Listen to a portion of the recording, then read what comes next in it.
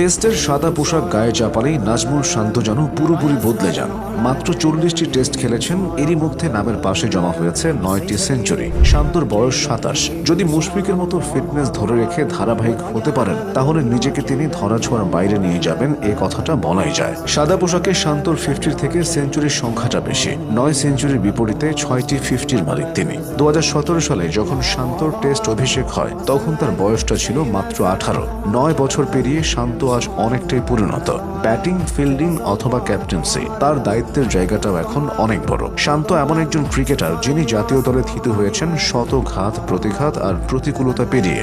Social মিডিয়ার যুগে সব ক্রিকেটারকে নিয়ে ট্রোল ও হাসি ঠাট্টা হয়, তবে শান্তকে নিয়ে যা যা হয়েছে সেগুলোর সীমা অনেক ক্ষেত্রে ছাড়িয়ে গেছে। আক্ষেপ করে তিনি একবার বলেছিলেন, আমার মনে হয় আমি এখন প্রতিপক্ষের সাথে খেলি না, পুরো দেশের বিপক্ষে খেলি। সেসব দিন এখন অতীত। শান্ত যে ধরনের ব্যাটিং করেন, তাতে তার জন্য উপযুক্ত ফরম্যাট হলো ওয়ানডে ও টেস্ট।